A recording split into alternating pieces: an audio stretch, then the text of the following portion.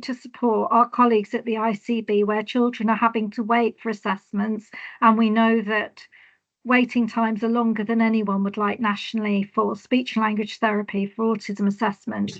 We continue to support NHS colleagues by providing opportunities for children and families to receive support while they're waiting for diagnoses and interventions. Our early help service is particularly pivotal within this, but also our school services. And we've redesigned support systems for speech, language and communication so that children get earlier intervention and support at the point of need. Finally, we've shifted our focus for SEND in Haringey towards early intervention and support. So we're working very hard now to implement the new bandings, which were part of our safety valve programme and which have gone live as of last week. That enables us to provide support to children and young people at an earlier point before they get an education healthcare plan, with an ability for schools to draw down money to support children at the point of need prior to them getting an education healthcare plan. And we're confident that that will allow children and young people to achieve their outcomes sooner and with better support systems earlier, and also prevent the need for children's needs to escalate in order for them to get more formal forms of support. I think the final point I wanted to make was that the last priority within the plan is around our preparation for adulthood. You'll be aware that we've invested significant amounts of funds into developing the transition service. That will help us to deliver these outcomes, but there's a whole pathway redesign to make sure that children and young people receive support as they transition all the way through until they reach adult services. So I'm going to summarise there. Performance is good. We continue to be ambitious and we continue to organise our work and our support for families under the 5 priorities. And I'm really happy to take any further questions. Thank you for that. Gina, shall I start with you first? Then we can. Thank you. I have 2 areas, 2 questions for the different areas. The first one is about liquid logic system. I wonder whether you can say a little bit more about that. My question is what will be the cost of, to the council, and I understand the benefits if we're successful implementing that. But if we fail, are there any penalties? That's one area. And my other area, I'm not quite sure who can answer this actually. I remember a couple of years ago, there was some very concern in public about provision of state and provision in the sense of a center or something or other. If I understood correct, I wonder what happens this time. And I was wondering it was based on the schools closing down. It was a public document. It was a couple of years ago. Maybe you could look into this, come back later. Sorry, Gina, was it like a school or? Well, not school, no, a coalition. And it's kind of centralized. Yeah. But the most important thing of this liquid logic system, as I understand, is a system on the computer, and it's government who has been the regulators to do that. So if we succeed, I understand there are benefits from it, financial benefits, maybe even from the government, but are there penalties involved? Yeah, Mary, I'm going to take these 2 questions if that's okay with you. That's great, thank you.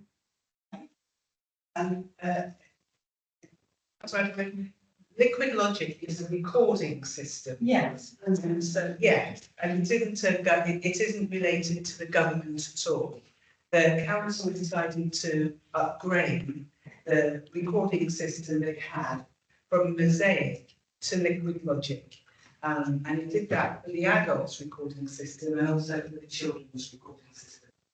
Really pleased, if I've got the dates right, that adults went live, I think it was July last year, and children's went live in October. So that means that we now are able to benefit from a more modern and up-to-date recording system. The council pays for that, and I don't have the detail of the report of the funding reports to hand at the top of my mind, but it was the cabinet report, and so the cabinet report will be available in the yes. In terms of the SEND school, we're all looking at each other and don't recall it. But what I can say is that we're part of the safety valve, and so as part of the safety valve work that we're doing, we are looking at the provision for children with special educational needs, and we have a plan to recreate, to develop provision locally. I was really pleased that we're able to develop provision locally. But it was time we talking about that. I want to referring to Hazel Met, because that was a provision for young people with severe disability to be basically, it's like a residential care home type of a provision. Is that what you? We don't recognise that as it used to be, but we don't recognise that before. So it's not trying to move outside of here. If you'd like to give us a little bit more detail, we'll try. Probably able to source the material, and then we'll be able to respond. Yeah. But whatever it is superseded now by the state. Okay. Yes. And when I said government, I mean the Department of Education, obviously. Yes. Yeah. You know, specifically the system. Yes. So the DFE was not involved in the procurement of the system. No. Maybe about 25 years ago, that they were, because that's what the Blair government, I don't know how long the Blair government, but they were involved then. We're not limiting all local authorities, but now we buy our own. I think what might be useful, just a quick follow-up response, like how much that, obviously it's an upgrading and it's the sort of IT system we're talking about, Yeah. where the cases are recorded and so on. So presumably this is a much more efficient system. So it will be good to find out roughly how much it costs. So if it's okay, if you can plug the cabinet report That will be. and forward this to the chair and to council. And what's the, it's mentioned in the papers, but that's a give explanation. It would be useful if there is more explanation, instead of us trying to look into it. Yeah, but there is another bit that we're going for, which is particular for the STEM system, but that's in, I think it might even be in the current set of cabinet papers. So we did part one, and then we need to get another specialist module for part two. Yeah. Thank you very much for the question. Any other questions, colleagues? I think I'd like to make a statement rather than. Yes, it's within your right to do that. Before I do that, can I just quickly ask my question, which mine is very short and straightforward. I just wanted to basically, like, it's about referencing the family hubs, saying that there are certain rooms or services within the family hubs which are useful for children to be diagnosed earlier or to detect if they've got speech, language difficulties and so on. I just wanted to quickly just find out, I was talking about, like, do we have speech and language therapy, so that kind of services within the family hubs to do that, and how are we doing that? Like identifying earlier on within the earliest setting, whether the children have additional needs or not. I'm just checking, Mary, would you like me to take that question? And you to come in on the back? So Mary said the language change, we find it really difficult to pick up the sound, so we need to paraphrase the question. It's probably, yes, So if I do what people do in these situations. Mary, there's a question about family hubs, not if you can hear, yes, and about the division of speech and language. So I was reading you online and I wasn't sure. So if I start, do you want to come in? Yes. So Yeah. okay. So we do. Mary works with colleagues in health on a lot of things and a lot of work to provide speech and language therapy. So, but the family hubs themselves, they're not a place where. So the family hub itself doesn't provide speech and language therapy. It's a place where people come, and if there is a need for a child. So Mary, do I hand over to you? That's very Yeah, that's fine. it's the family hub is like a children's centre. I know, I understand the answer of the family hub. I'm just saying, who does the identification of whether the child might need additional speech and I language see. therapy? I see. So then I will refer to the right services. Yes. So Mary, the question is, how do we identify children who have speech and language needs, and then where do they get referred to? So in early years, they might be picked up in a number of ways. So they'd be picked up through their early years setting if they're attending one, through the family hub, stay and play, or through their 2-year health visiting check, which is the most common way that significant speech and language issues are picked up, and often through parents seeking support or help if they recognise there's an issue. So generally it's 3 pathways, either through the health visitor or through the early years setting, or indeed parents are very good at identifying themselves if there's a concern about children's speech and language development. And then the speech and language service will screen and they'll offer some support, and there are pathways for support to start straight away because all early years practitioners, all health visitors are able to support parents to work very quickly with children and young people to support them to develop language.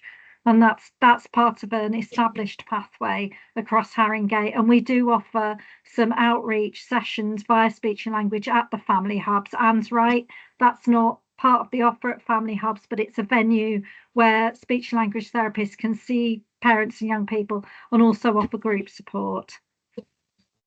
Right. Thank you for that, Mary. Amanda, yes, can we take your statement? You want to make a statement? 2 years ago, I was here as an individual concerned for parents and families. Yeah. And I did a deputation on the Yes, I remember that very so based on what has been said so far and what Mary has broken down, I'd like to say 2 things. It's like night and day from what it was to what it is now, and there are lots of improvements. A lot of parents, some parents, their experience of what the Ofsted inspection was isn't their experience, and it's very difficult if you have your homework marked and you kind of fail on particular issues, and so you get to do the resit, but you're only resitting really the bit that was not up to par. So in that respect, yes, it definitely is night and day, and there are still lots of various things to do and to get on with. In terms of the SEND strategy priorities, number 5, we are working together, Stone Power and local authority are working together to prepare our for support. It's still a little bit, it still needs a little bit of fine tuning because I don't think in reality, and I'm sure that you'll all agree with me, that the uptake for those transitions for what's the age? It's kind of 16 to 18 and then 18 to 25. You're trying to do some consultation a few months ago, and it didn't happen because the uptake from families were not sufficient enough to warrant doing, I think only 1 or 2 families ended up signing up. So that is quite a worry for families. One of the concerns that I get from a lot of my members as Empower is what's on offer in terms of supported internships and preparing for adulthood. From the information that's available to us in families from age 14, like the neurotypical, and also there is still a bit of disparity between those at college to be able to have anything to do with even volunteering. And I've been one advocating for local businesses, etc., who are on par.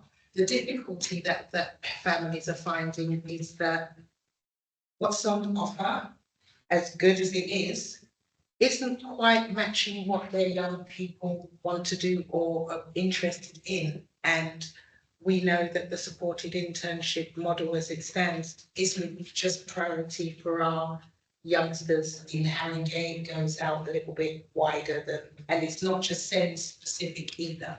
So yeah, I think I do have a question.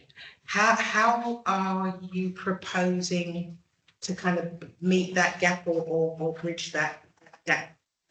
Do we have new partners? I do sit on this particular subgroup, but it's really more for PMP, families and not necessarily the families that have more accessibility, say at Haringey Sixth Form. And certainly those, we're getting a lot of families whose youngsters are now not at school for EBSA reasons. How are we reaching them and how are we going to access, how is it going to be accessible for them? Would be Mary or Anne. Mary, did you hear the question okay? Okay, good. Yes, I did.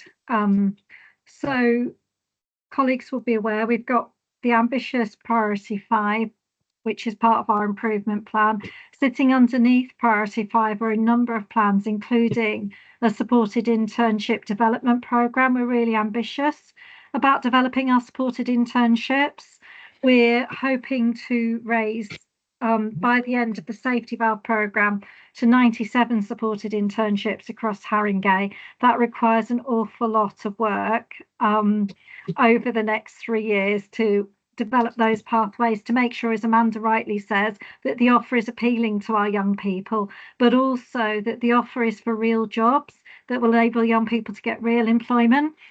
Our offer at the moment is currently so comprehensive, I'm actually fighting off young people from Barnet who want to come and take places in our supported internship in Haringey Council because it offers such a range of opportunities across employment settings, including childcare, which is quite difficult to get through supported internship. So we're not there yet. This is an improvement plan that will take years to deliver. And one of the planks of that improvement plan is to keep expanding our supported internships offer. And in terms of children who suffer from emotion-based school avoidance, we do have a pathway. We had a conference in June. We know that the offer needs to look different for those young people, and that's part of the priority work we're doing. Thank you very much for that. Yeah, any other question?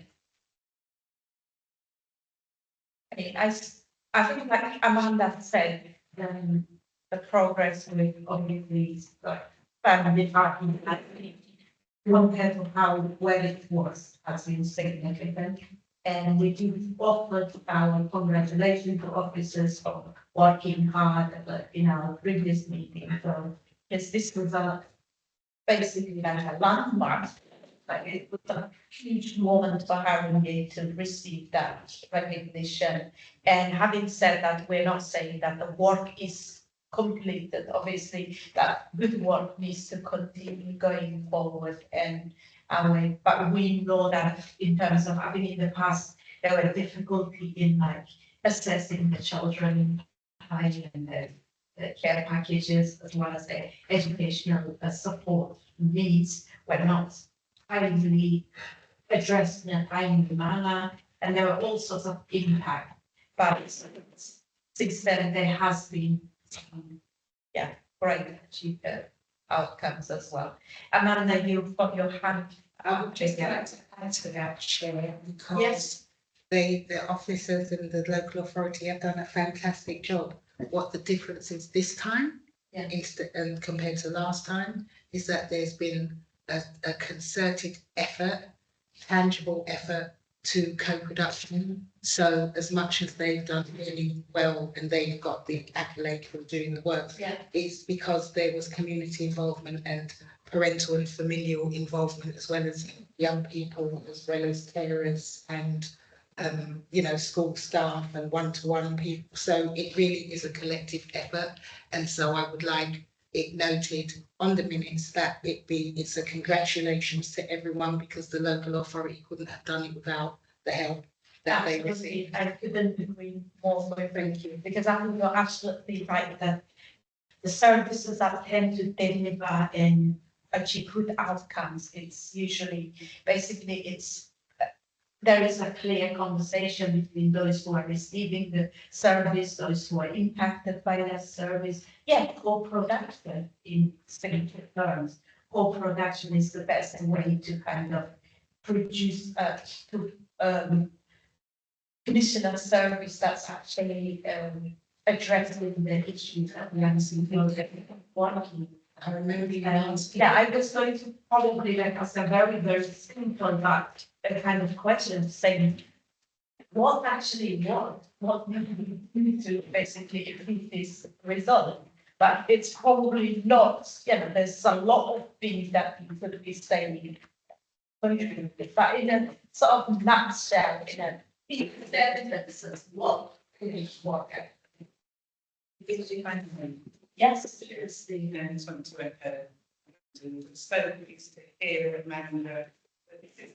We started with the local authority report, and I thought, oh no, but then it became our report, Amanda, and so it is our report. It is the department report, health, education, social care, and health. Some people, it's a shared endeavour, and so we should all be proud of all the work that's gone in there. And I think, in a nutshell, that we're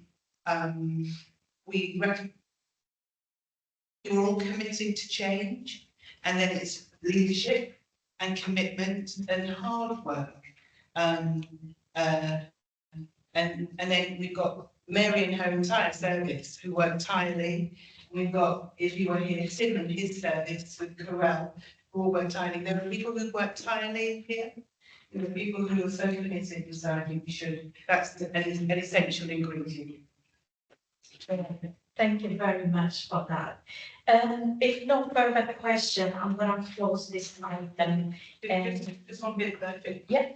Certainly, when I arrived, I needed the support of councillors and the investment from the council, and that is without that ingredient, we'd have got nowhere. So I just want to add that to. Yeah. So it was a good effort of members, officers, and various different departments. And I would like to take a tiny credit on behalf of this committee, who basically were eager or encouraged people like Amanda to come and speak to us and explain the difficulty the family were experiencing, and our constant kind of efforts and wanting to see some result, and leading into that process. So I'll probably take a tiny credit on behalf of the committee for the time, but thank you very much, everyone, and we will close this item. Councillor Robinson, you're free to go, but you're free to more than welcome to stay for the rest of the meeting. And we're going to basically now move into our item 9, which for update on key issues affecting housing and children. We meant to be having this item for ages, but we've never got around. I think housing and children, it's a very interesting. We know that children obviously are impacted by housing and bad housing and inadequate housing and so on. So we would like to hear from to replace that. Yes. Yes. So Gavin Fairclough, head of electric and greenhouse. Correct. And Sarah, would you like to briefly? So, so I'm Sarah Sutton, I'm Assistant Director for Partnerships and Communities. Sorry, Darren Fairclough, head of lettings and greenhousing. Darren would be, so is it you or Sarah, Darren, who's going to present the report? You will be presenting the report. I'll present the report and Darren, and I'll explain sort of my role in a moment, and then Darren will come in if there's any to support with questions. So Yeah. I'm Sarah Sutton, I'm Assistant Director for Partnerships and Communities, and have also been Interim Assistant Director for Housing Demand for 3.5 weeks. So I'm covering the role because Denise Gandy has retired, so I am covering the role. So I'm 3.5 weeks in, which is why I called my technical expert, Darren, along to help support the discussion and answer any detailed questions. Jarhead Rahman, the Operational Director for Housing, sends his apologies. So whilst I sit within the the Adult Health and Communities team, Jarhead sits within the housing side. So I will cover some of the information in this report, but again, I think substantive sort of detailed questions we can get back to you on, and we will cover those as we go through the report. So I suppose I wanted to start off just by way of introducing, thanking you for the opportunity to come and present. We tried to cover some key points in the context of the report, given that it could be such a broad and is such a broad area, and therefore the areas that we've highlighted within the report we feel are probably most relevant, but it's not to say that there are a number of other issues in terms of housing and how that affects children, young people and families. So the report covers some information on the housing register, and that includes the number of sort of households on the register and how that breaks down for families and children.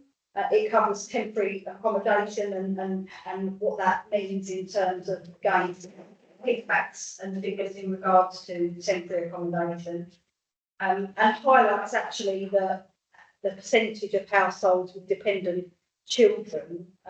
Roughly half of those households live within Harringay. There's a large percentage in sort of Enfield and other neighbouring boroughs, and 1% of families housed in temporary accommodation outside of London.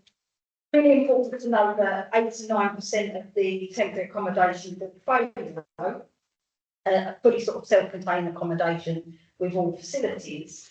But we do have some obviously commercial hotels and other what we call 90-page accommodation where some of those facilities are shared, and that is seen very much as a pathway and transition to more secure temporary accommodation.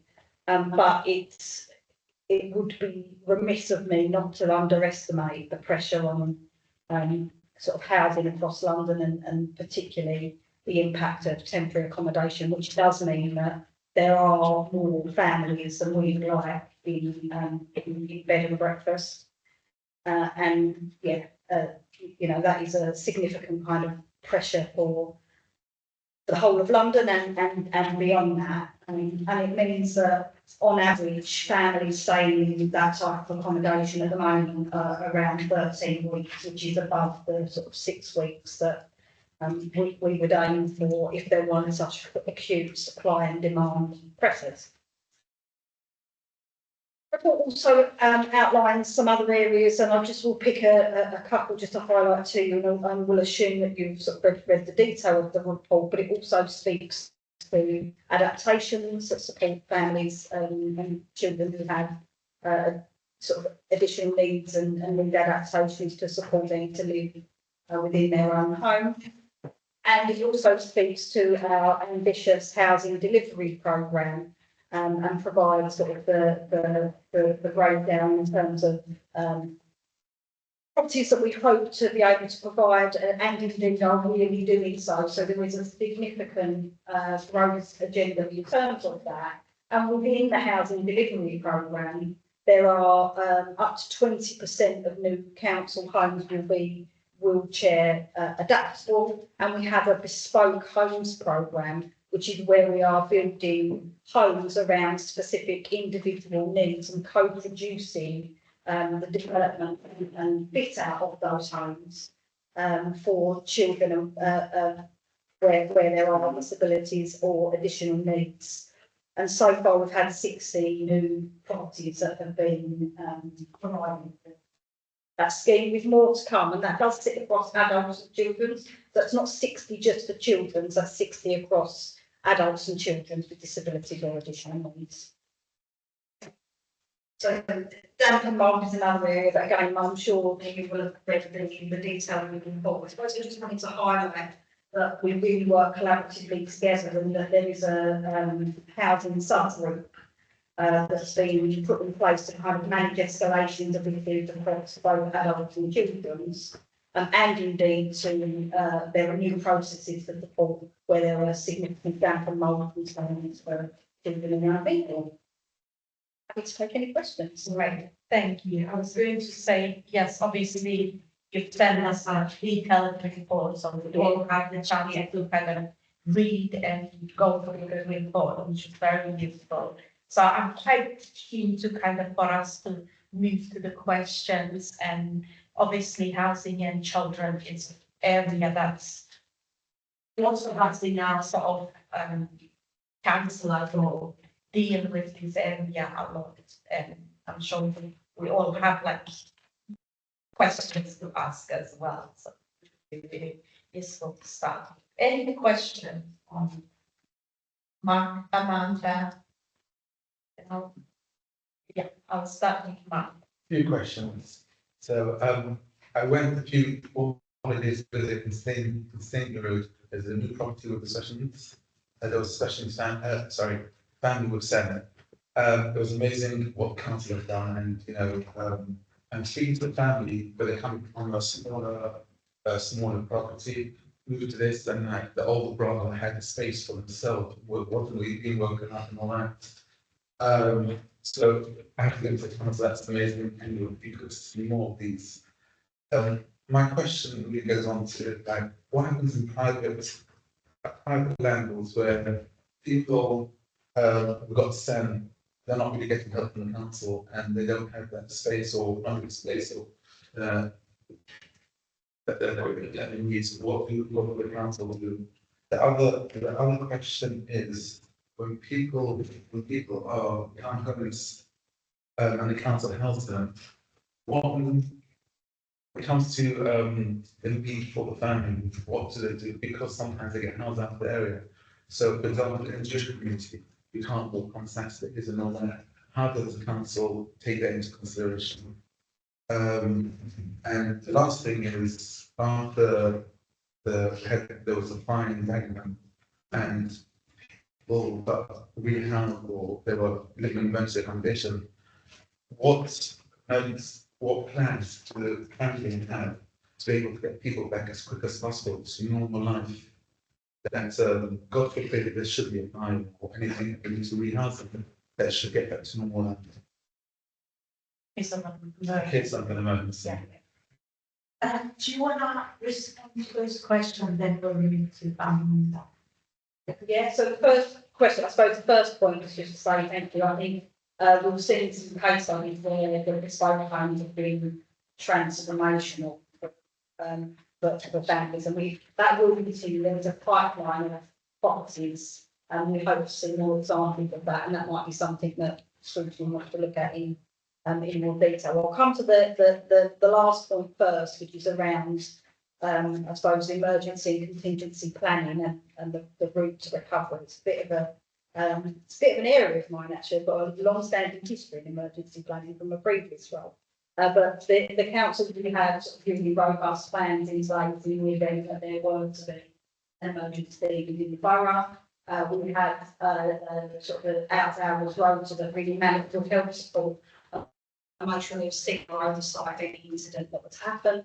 And we have a range of plans that would be around providing rest centres or someone who's responding in the immediate aftermath of any incident. And then there would be structures that would support to our families, and some of that we would use our processes that we've already got in place for placing houses in temporary accommodation, and it obviously very much would depend on the incident and the number of people affected. But yeah, there's lots of sort of plans in place to be able to support in the event of there being an emergency. And obviously, you know, the Grenfell inquiry has been out this week, and we corporately take a really strong response to any learnings and implement those locally for us. And then I might get Darren to answer your other question, if that's all right.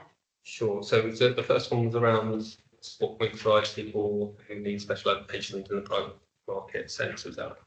Obviously, there is the DFG, the Disabilities Grant, that's available to use for private sector accommodation where it's needed. Problem we often face is landlords don't want to have works done to their house, even if it's being paid for, etc. But that's our first port of call. You know, if there is somebody has that need in private accommodation, almost always the best option for someone is to stay where they are and make it suitable. If that's not an option, then obviously we'd be looking at the level of support that we can provide them to somewhere else.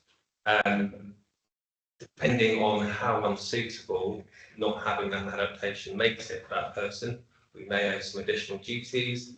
We may have a homelessness duty, in which case we have a duty providing them with alternative suitable accommodation. We may have a duty to set them for priority in the housing register for access adapted total housing. That really kind of depends on the circumstances and the severity of the need. But always our first kind of point of call would be to look is something in the office that allows to persuade them actually. Maybe it's doing the works and promising to put them back the way that it was, but obviously it's something really structural that may not be usable. Yeah, so that's how we. And I think the second question was around taking people's particular needs into account when they're placing people out of the borough. We have a temporary accommodation placement policy. It's a policy that essentially sets out how we intend to prioritise people for local accommodation, because we know that we won't have sufficient local accommodation for everybody. So within that, it's a set of priorities that we're saying these are the people that we would particularly try to keep in Haringey. These are the people that we would particularly try to keep in neighbouring boroughs at least. And these are the people that actually perhaps, because we need to prioritise these people, are more likely to look for something else. Okay. We would do an assessment for every person to identify what level of need we consider them to have to remain within the local or neighbouring boroughs, and that would then dictate the type of placement that we would offer them.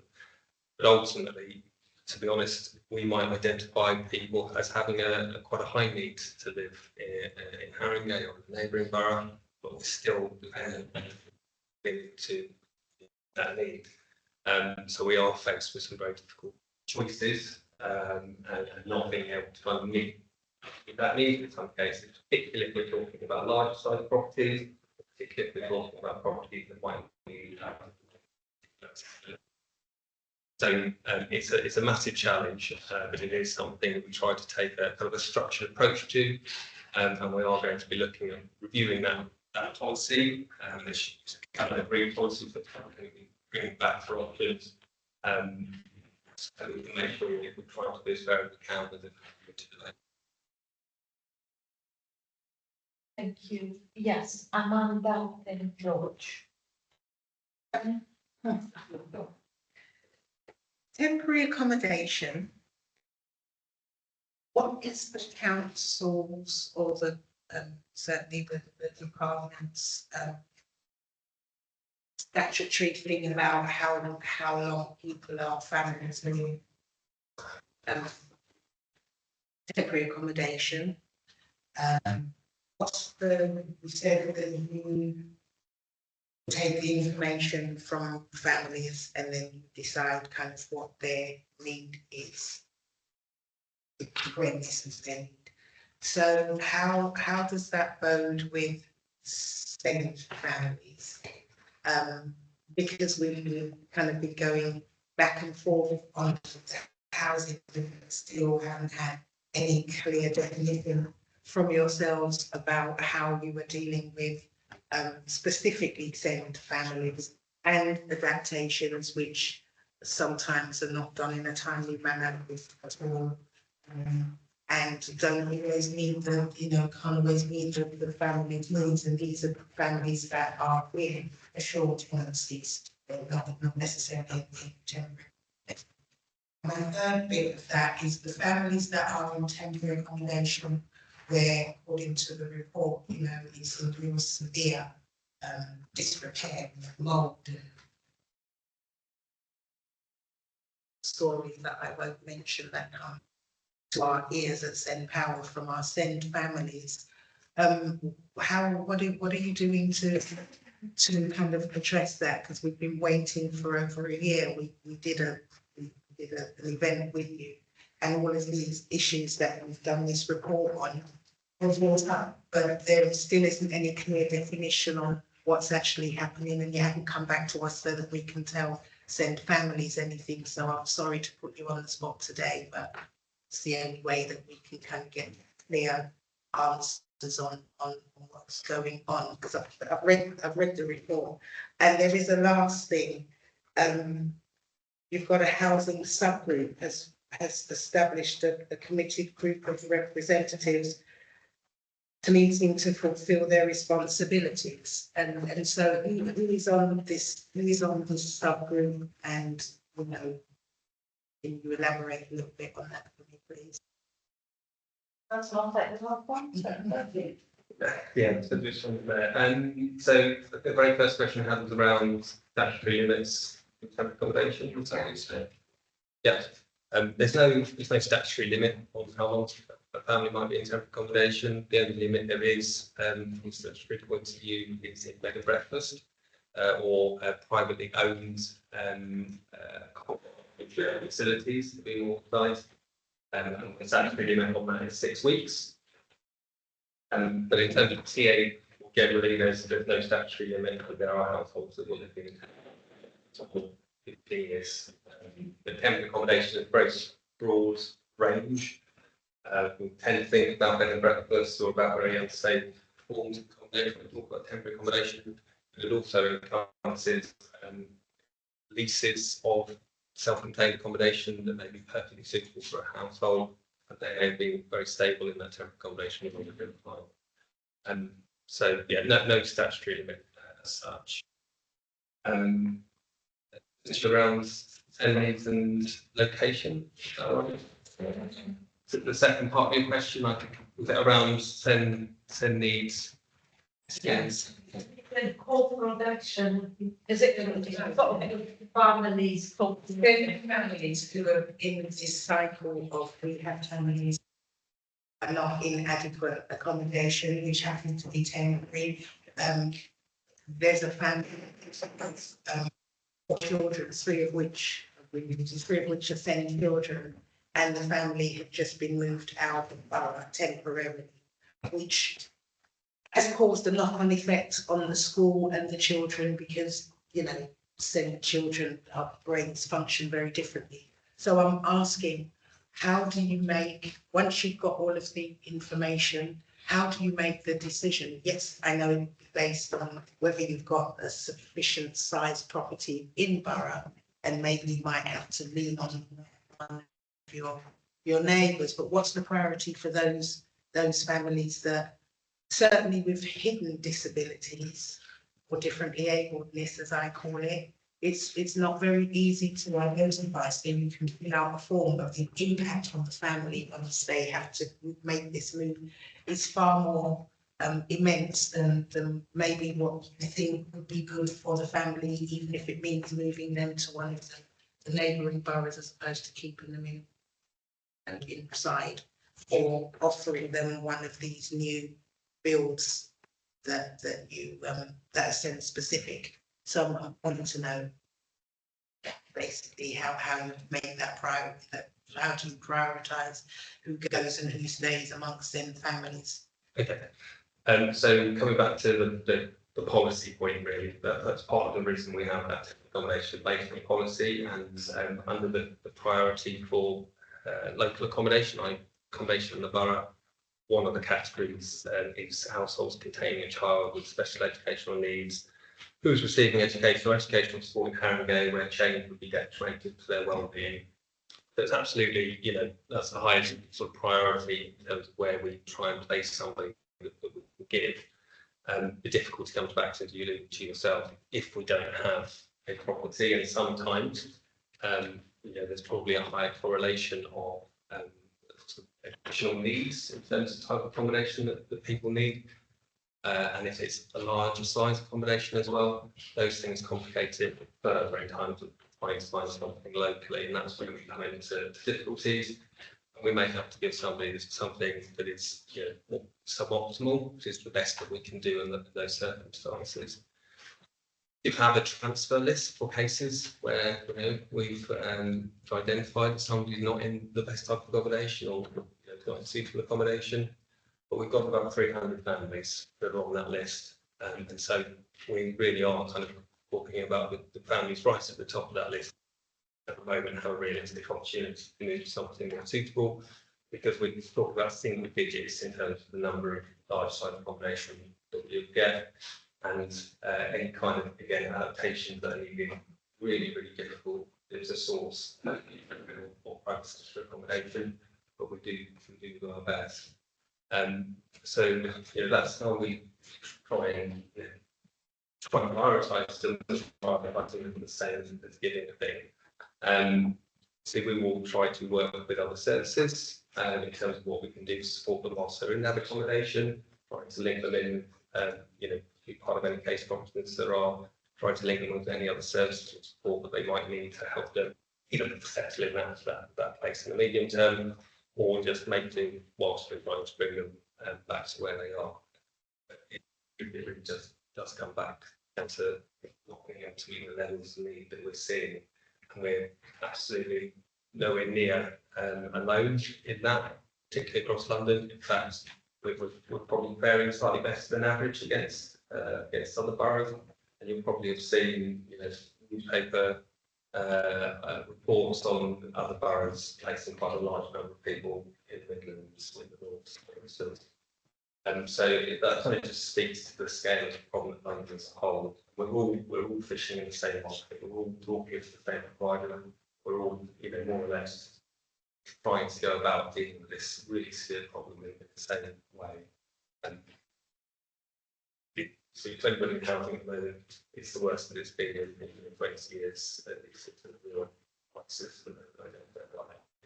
I mean, I think that's the importance of the housing delivery programme. So it highlights within the report the bespoke homes and how we can deal with those most in priority need and take that bespoke home approach.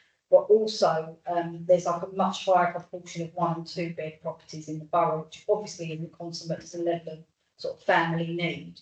So already within the delivery programme, there is sort of an increased focus on 3-bedroom property with a smaller proportion of 4 bedrooms. And the next phase, so beyond our sort of phase over taking us to 2030 within the housing strategy, will be where there is significantly more focus on building larger size properties to accommodate families. So yeah, again, that the supply demand issues, factor in there, but that is an area in response to that in a more medium term, in a more medium term plan. But is one of the solutions. I was going to say, I sort of have a follow-up question on that. So I'm going to ask my question, then I will get you to ask your question. In terms of this, basically, it's based on experience, our experience as ward councillor. One of the toughest or hardest area to kind of support, be able to support the residents. It's like Amanda said, like having families living in already, like council accommodation, they're like homes for Harringay or council tenant, but their accommodation are not adequate for them, or their yachts not big enough and so on. Isn't there like a pathway or like a quick way that these councillors, like a route that will help those families that would move into different accommodation that are more suitable for their needs? So that way we are able to elevate quite a lot of their stress and difficulties. Is there a pathway between like housing and disability and like somewhere that we could get a slightly quicker result than usually kind of, don't know if my question makes sense or does it? It does, but there is just no easy answer because supply outstrips demand. Where there's new builds, we do have a neighbourhood move scheme that would allow, that would allow people that live within a close vicinity, and there is, a demonstrated priority need. It does allow for some flexibility for that priority to be given to families living or, within the neighbourhood as well as others. But it simply where we are with the challenges that we face, it just means that for some people those issues will persist for quite some time. I think that some of the interventions that are required need to happen. At that government level, some big changes that could help support people. But that's obviously for the people that we will take a priority approach to that, but that does mean that there are a number of people that go down, within that priority setting, and it's very difficult. Wish we were not quite. It's a daily challenge for the team. It's really impactful for them. But yeah, I think it's something bigger in terms of a bigger sort of government policy change, and that will help to support us in a greater way to be able to make a difference. So yeah, it just goes back to the priorities. There are pathways, there are things that we do, there are sort of governance structures that facilitate a multi-agency approach to that, and one of that is to something where various priority cases can be given a multi-agency perspective. But that doesn't mean that it has to go a pathway that's going to be a quick thing for everybody, because it isn't. Yeah, because of the demand, yeah, it's not always easy. I mean, like Mark, I was fortunate enough to visit one of these new builds, two-bed flat that is actually designed with a particular family's need in mind, and it's just amazing. Like they were ready to kind of move into. Like the home was, everything was fitted around the individual's need with disability, and it's like it saves in lots of different areas as well. Having to put that into a existing building, all those adaptation presumably costs more, whereas if you're designing from the beginning, it makes it easier. Okay, George. Yeah, thank you. Thank you for really interesting. So I've got a few questions. In terms of the night paid stuff and the B&Bs, you hear horror stories of people with the council not booking in advance and people not knowing from Monday to Tuesday whether or not you're going to be accommodated and all that kind of stuff. So just wondering what assurance can provide that those kind of issues can be addressed. I know it does say in the law where possible, but it also says we work with travel lodges and other providers of this kind of accommodation, but that kind of law might be. Second one is there's no obvious solution to the issues that we face within the housing sector, right? So Is it safe to assume, or can you tell me that we're anticipating an increase in use of that kind of commercial nightly B&B accommodation? Because I mean, technically larger than demand. We're not going to suddenly find that the market is full of 3 and 4 and 5 bed. And so if we are anticipating that increase, especially about where the money coming from and that kind of stuff. And then for those families or households that are in that nightly paid in type accommodation, which I appreciate is the majority, but it's a significant minority. Are we supporting with additional costs that they're incurring, food and travel and whatever else it might be? Yeah. I'll start and I'll get Darren to come in if I may. So there's a slight difference between nightly paid accommodation and B&B. So nightly paid, typically self-contained flats and accommodation. So there is a slight difference. B&B or hotel type provision, we'd call them a more emergency accommodation. That is sort of, that much shorter window. So there is a slight difference between the two. We do block book and we block book hotels, some in Ilford, and we have the National Hotel, which was previously used by the Home Office in Borough. And we are still using travel lodges on occasions, but we monitor that really closely, and actually with the housing delivery through, I'm not going to say it doesn't ever happen. The ones that I have seen most recently where we've been approving for travel lodge have been as a stopgap when someone has an assured tenancy coming online, but the landlord's doing repairs and there's kind of a gap. So, there are some where they go there until we have a vacancy in one of the more block-booked hotels. There are other reasons in which we might use that for a really short window for people who are waiting for maybe private rented sector properties to come online. So yeah, we're constantly reviewing that picture. We have a framework contract with the providers. And we're looking at bringing new providers on board for that should we have an increase in demand. It's really hard to say. So we have factored in to our assumptions an 8% increase in demand this year and potentially up to a 15% increase next. Now that could be dependent on government policy changes. So if we do have the no fault eviction ban and things like that, we could see that not being quite as high as we're anticipating, but we do want to factor in all that kind of worst case assumptions when we're thinking about our modelling planning of our forward supply looks like.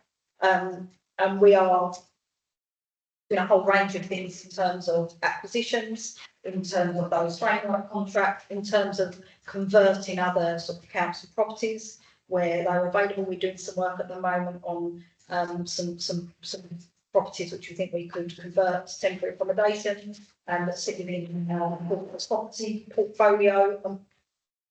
Went out on Friday, so this is a constant kind of review for what we need to do to respond to growing demand, as well as those kind of conversations that we're having with the agents and the landlords of nightly paid accommodation, because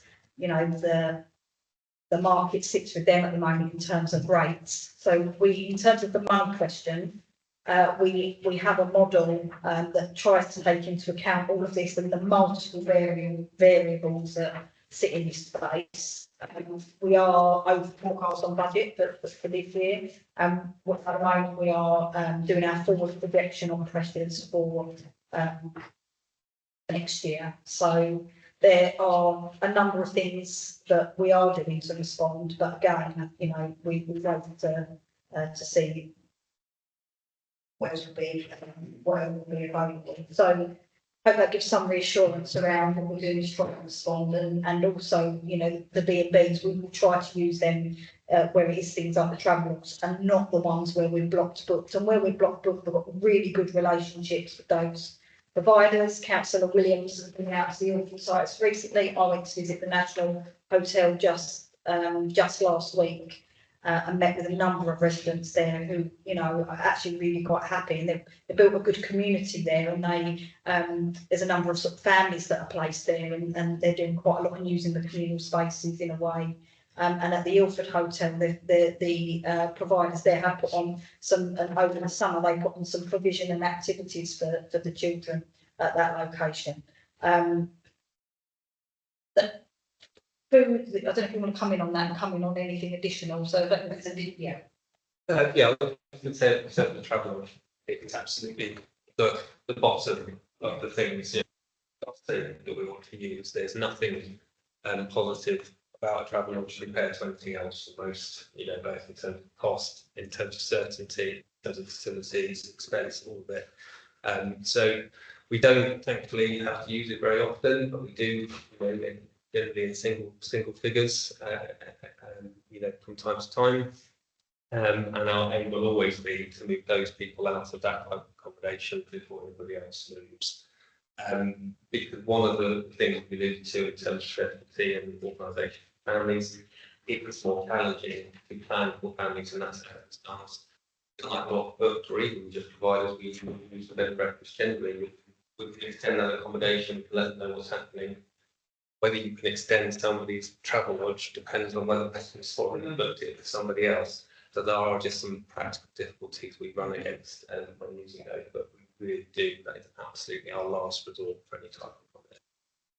And we do deliver food for people that are in the travel lodge whilst they're there. So you know there is a level of support, but it's still just not a great place to be. I think what I'd say that you asked about whether we anticipate an increase in bed and breakfast.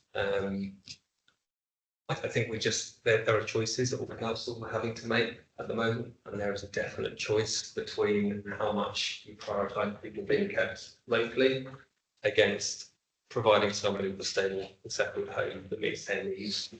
And if as some councils have prioritised settled accommodation more than the local, then that does mean that there's going to be compromises that have to be made and some difficult decisions and some difficult arrangements for families and support that's going to be provided to them.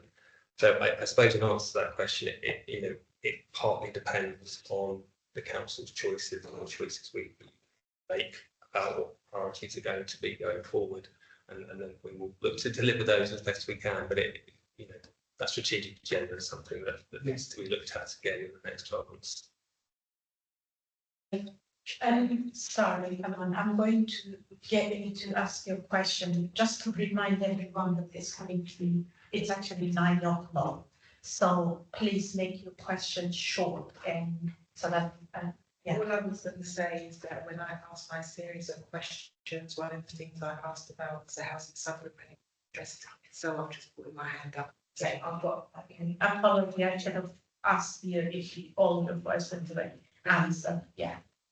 I will take that on. So there are a range of people and partners on the subgroup. So it's chaired by one of our directors of housing.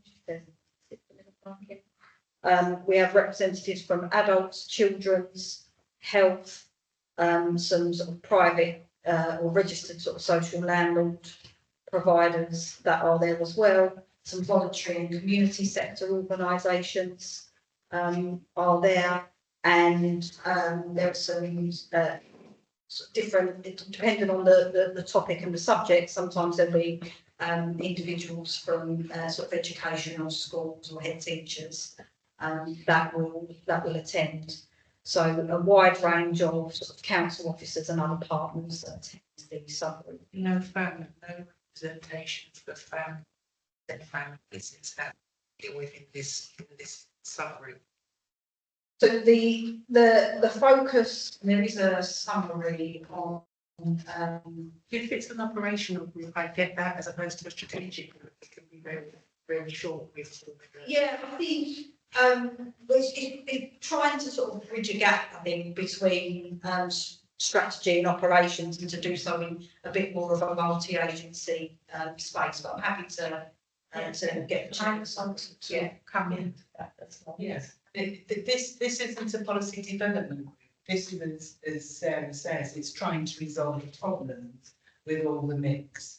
So I think that if there's a need for, And I appreciate that, and I get that. But if we're talking about a service in a community and we haven't got the voice of voice of experience, i.e. the people that, or a group, a family, or a representation that like, it's like, you know, it's like speaking, you know, speaking about sin, but you don't have anybody that has that experience in the room, so you don't get a full rounded view. It's always going to be a person what you think is best, and actually boots on the ground you don't know because you don't have that representation. So whether it's public consultation, I'm not trying to give them power to do as in us, but it's just interesting because we have, thanks to Zena, we had a consultation on housing because that was one of the topics, and a lot of the things that came up still have not been addressed. They still have not been answered. So if you're having a subgroup about these issues, but you haven't got that extra info in the room, I'm just wondering how the decision. Yeah, we can look outside of this room. Yes, and it was another session, but the housing group is for all of them instead. Yeah, I absolutely know that. I think your question is, why are they not sending representatives within that? There was, or even, and also families that are, you know, I know more than just their families who actually have, you know, something to impart that maybe if you don't, you know, it's an observation, not criticism, don't have that experience or that voice, how can you then do what you're doing with them in mind if you kind of haven't got their viewpoint, whether they are a family or a STEM family, they'll all be vulnerable families, you know, bottom line, because they're in this situation. Sorry, we did agree that it would be best if there was some conversation outside this, because it's obviously we want to make sure that everybody has a chance to ask the question, but also to say that there is the whole point of having this initial report from housing is that this committee is very much committed to do a one of like review of the children and young people area. So we will be picking some specific area where we could place the impact, then we will kind of agree on that step. But that's the one point why we thought wanted to bring this report. I'm gonna just take Mark's really quick question. Please, quick question and quick response. How many questions about the 4, 5, and then 6 and 7? What are the numbers that you're flagging for those units? That would be a question for housing delivery colleagues who are, so we can take that back and get a real response.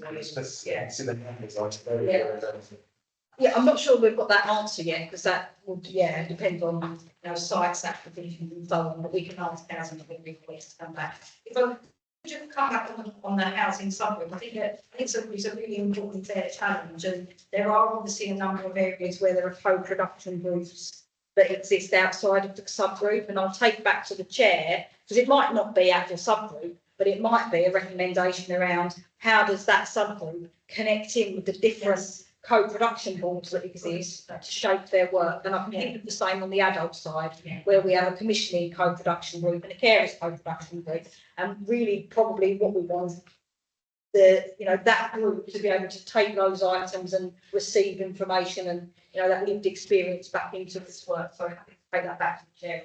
Thank you. Yeah, great. Thank you so much, Sarah and Darren, for coming here and presenting the report and answering our questions. So thank you very much. You're absolutely free to go. Somebody wants to stay a bit longer. We're coming to the end of the meeting. Item 10, work program update. But we will be relying on you to update us on what's next. So I won't say much, but the work program for all the district committees is being developed. It's part of the process.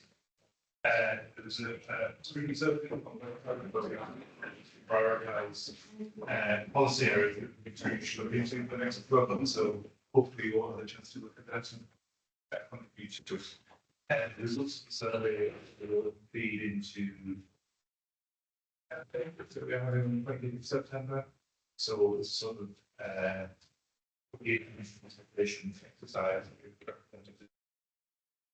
research organization, that kind of thing, and getting some input from them and work program and what they think the sort of priority area should be. And so work program will come out of the discussions and will be agreed by one of the basic in full panel and just to this on the table. So you have a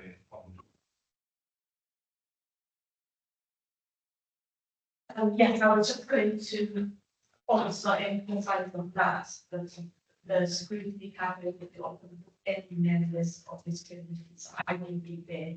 Any of you are, more than welcome to join us. And any items of urgent business. Our next future meeting is on 19th of November. And thank you very much, everyone, for attending and contributing to the meeting. I will see you on the 19th of November. Wow, yes. And we can close it. Thank you. Thank